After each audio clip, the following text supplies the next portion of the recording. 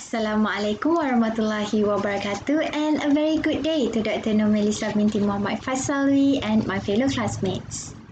My name is Atiqah Binti Jalaluddin from BA651A.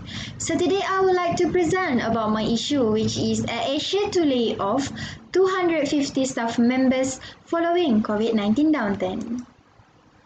Good evening to ladies and gentlemen. Welcome aboard to Air Asia.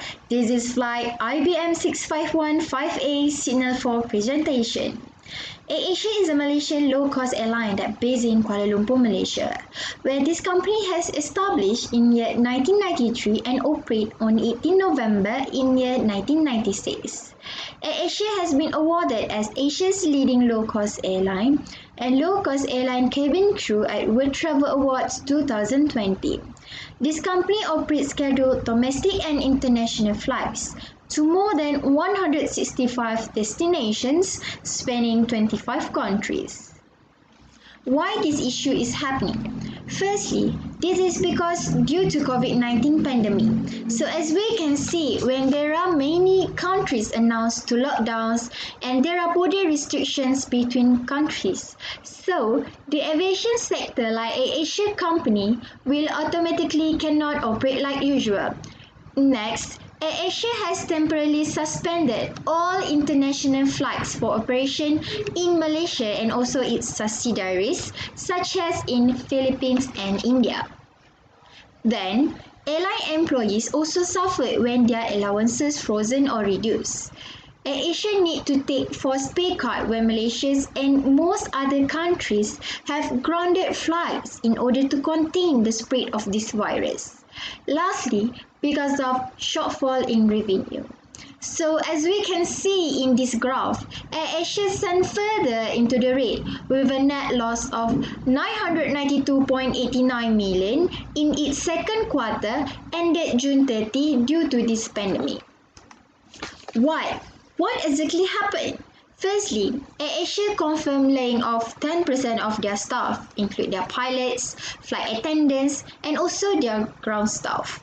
Where in early June 2020, Asia has reduced 250 staff due to COVID-19 pandemic.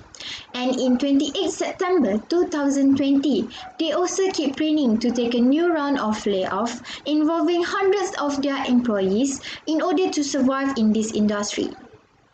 According to Air Asia Group, Chief Executive Officer Tan Sri Tony Fernandez said, the move to terminate the services of the staff had to be done so that they can recover their services for the next future.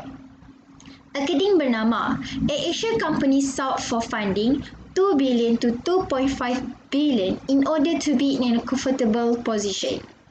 At the same time, Air Asia also planned to raise the capital by have discussion with South Korea Corporation, the latter to be placed up to a 10% stake at 1 ringgit per share, resulting in Air Asia to raise their capital to 334.2 million. How the company react to this issue? There are two ways, which are government and Air Asia management. Firstly, the government has put this issue in Prihatin Raya Economic Stimulus Package, where this package is not a bailout but it is the loan that Asia need to pay back. Therefore, this shows that the government has initiative to assist the Malaysian aviation services market during this COVID-19 pandemic. Asia is doing their best to stay afloat in this challenging time. It is hoped that this Prihatin Raya Economic Stimulus Package will help to soften the impact on the aviation services market. Lastly, through Air Asia management, where this management team will give the affected staff the necessary assistance such as medical benefit, flight coupon redemption until end of the year, and also counselling. And for those retrenched staff would be rehired once the Air Asia Group had weathered this virus successfully.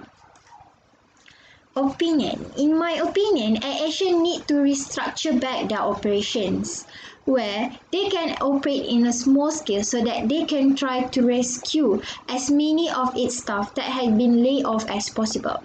Well, Like AirAsia in Malaysia, they can still operate domestic services, but not international flight like in Thailand and also in Indonesia.